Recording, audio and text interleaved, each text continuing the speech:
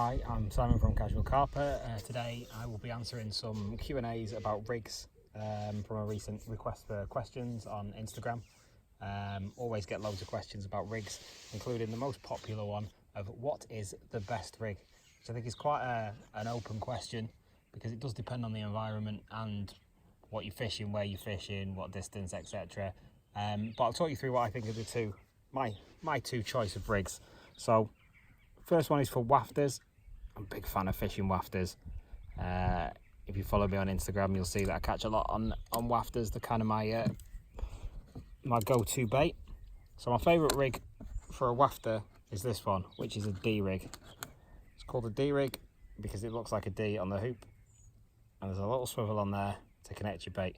Allows your bait just to sit nicely up from there, still spins round, so the bait's got the freedom to move, which is perfect for a Wafter. If I'm Wafter fishing, I've got a D rig on, no questions about it. Don't really use anything else when it comes to Wafters.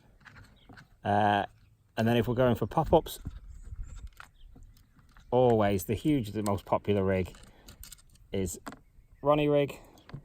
Sits up nicely spin. Again, there's a little swivel to tie your bait onto, and that for me is pretty much the perfect presentation for a Ronnie rig, for a pop-up boilie on the Ronnie Rig. Occasionally we'll use a 360 rig, which is a slight variation on that.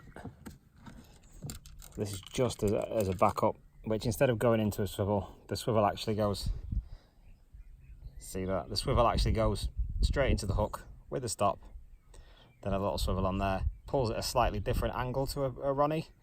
And I use that as a backup, so I've always got a few of those about, but generally I would stick to the Ronnie Rig. Someone also asked me, what's the best rig to use when you're on a tricky water?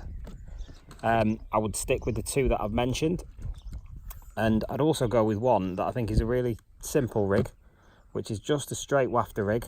If you're on YouTube, you search for Daryl Peck's simple Wafter rig, you'll find it. You tie it up like you would a normal rig. You start with the bait, go with the hook, get the perfect distance.